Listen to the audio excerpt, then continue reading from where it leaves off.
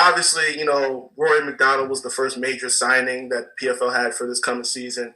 But, with you being the champion in that season, second season, you've been to the championship round 2 years in a row. You feel like that there's some slight that they're all kind of picking him to be the favorite to win it this year? Yeah, a little bit, but I really don't care. You guys all saw what happened with Pettis, so I don't think um, his signing matters any much. I'm the main event. I'm the one in the division that brings the fans in it that everybody wants to watch. So I ain't really worried about him, and yeah, All right. Thanks a lot, man. Good luck on Thursday. thank you. Hey Ray, Harry Mack from the Bookie's Basement. I hope all is well. So I just wanted to ask you, you're actually the biggest gambling favorite on this week's card at minus 590 right now. So I wanted to know if you feel like Vegas being so certain that you're going to walk away with a win adds any pressure to the fight. Yeah, I really don't pay attention to the betting, and um, yeah, I really don't know, but I can come out there to finish my opponent, and that's how I fight every time. Thank you very much. Best of luck. Thank you. Andrew Benjamin.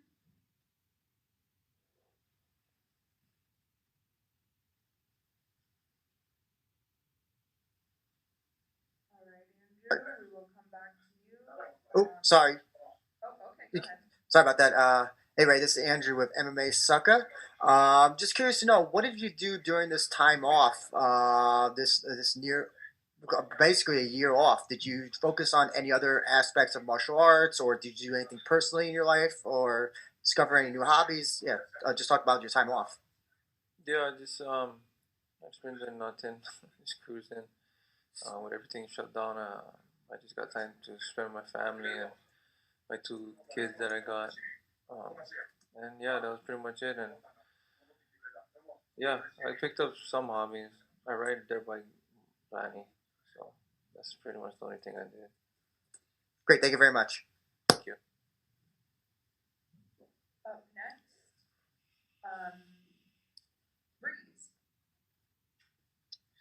Hey, it's Breeze with the MMA Breeze. I wanted to ask you, in regards to being the champion of the last season and coming in with the off season and now here, uh, in terms of your mindset, do you feel as hungry as you were when you won it, or do you feel a little more hungry now that you have the pressure on? Talk about that. I'm always hungry to fight and compete, especially with these new guys that came over. So I'm always hungry. I'm always hungry to finish my opponent, and yeah, it's the same thing from when I first started till now. The end goal is getting to the title and winning it. Cool. Thank you. Up next, Mike Owens. Hello, Ray. This is Michael from Mike Owens Media. Your upcoming opponent is around about a 4-1 underdog, and we saw a lot of upsets in the first week of this PFL season. With that being said, is there anything specific you feel like you can do to not let the underdog surprise you on Thursday night?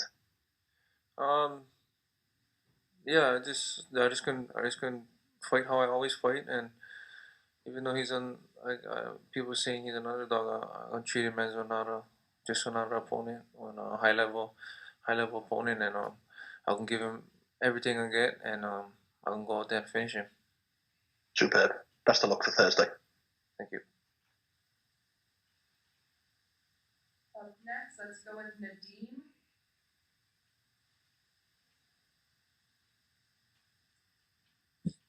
Hi, Ray. It's Hamad Mir from MMA Diagnosis. I was just wondering, last year you won the in 2019 you won the PFL tournament. How life changing was that $1 million paycheck for you, considering you have 5 kids and big family? It was alright. It really wasn't nothing much, but it was good to have my family secured, and yeah, just to take care of my family, and it wasn't that life changing. It was just security that I have now. I can train and do this full time, and I don't no worry, and I'm looking to keep doing that. Following up to that, did you buy anything nice for yourself with that paycheck? Did you treat yourself? A little bit, yeah. Bought some dirt bikes. I like to trail ride, so spending time with my kids, and yeah. Thank you, Ray. Good luck for your upcoming fight. Thank you. Up next, Alex. Please say. Hi, Ray. This is Alex from K-Type Press. In your 20 wins, you have a 100% finish rate. Just simply, do you look to continue your 100% finish rate? Yeah, I go in there to finish every time. I don't go out there to win a decision. I go out there to finish guys anyway I can. Awesome. Good luck. Thank you. Brady Austin. Hello, it's Brady Austin from Behind the Grind. And will you be looking to take the fight to the ground as your opponent has 10 submission losses? I can go wherever the fight goes. I dictate the pace of the fight and how we fight. My wrestling is on high level, and my stand up is on high level. So I really don't care where his losses is. I can go in there to fight him wherever I choose to. Okay, thank you very much. Thank you. Roz. You're on mute, bud. Sorry, guys. This is Raz from MMA Era. Right, so as a finisher, you already have the fastest knockout in PFL history. As a competitor, you've already been there, kind of done that. Kind of moving forward this year, what's in store for us from yourself? And in terms of a challenge, what do you see as your biggest challenge this year?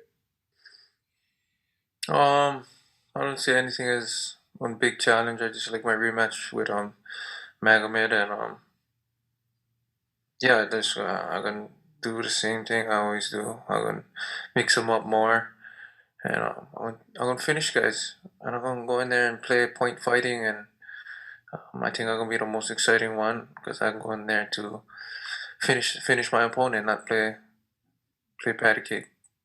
And do you feel with these new kind of, latest editions and the guys who have, the MMA following and the experience, do you feel like you have a bit of a chip on your shoulder to kind of prove that, this is your division and this is your promotion? No, not really. I just make one statement that you guys wasting your time with these new guys, so I'm coming there and I'm gonna finish all of them. Confident words. Thank you very much. Best of luck. Thank you. Suki.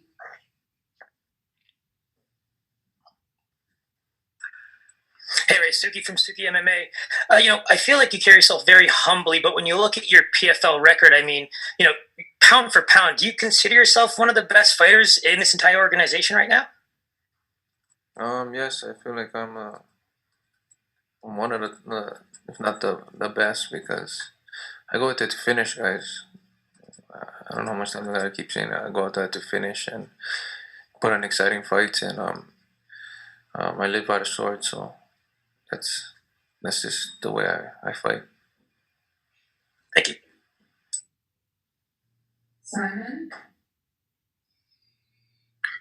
Hey, Simon Simano from MMA Junkie. Hey, as a former champion in this welterweight division, and now you have a former Bellator champion and UFC title holder in Rory MacDonald entering the equation this year for the first time. There's a lot of excitement and hype around him as a guy who might be the front runner, so to speak, or the favorite to win this thing. How do you take that as a guy who's won this regular season tournament before? Do you take exception to that? Yeah, it's kind of like my first season in the tournament. Everybody thought Jake was gonna win, and then I stomped him twice. So I'm gonna do the same thing to Roy if we do meet again, or if he even makes it to the season, because we gotta fight. I think what is it, every 6 weeks or 5 weeks. So we'll see how his body holds up, and we're gonna see how mentally tough all these other fighters that have to fight four times within 6 months. So I did it twice. I get 10 fights already within these 2 years. So we'll see how tough these guys is. Thanks, Ray. Thank you. Mason? Hi, Ray. This is Mason from the Sports Sesh podcast. How are you doing today? How's it going, man? I just wanted to ask, what is the biggest advantage that you have over your opponent going into this fight? I don't know. I think my tenacity that I'm gonna push the fight and my conditioning. I think that gonna be my biggest weapons and for push the fight. Thanks, Ray. Best of luck fight night. Thank you. All right, Alex?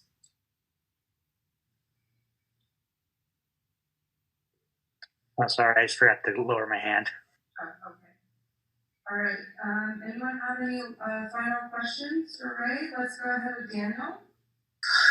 Hey, how's it going, Ray? This is Dan from Cage My IQ.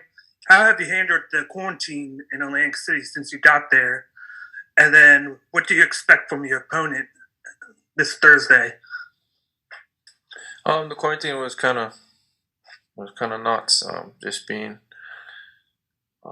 in there for 17 days.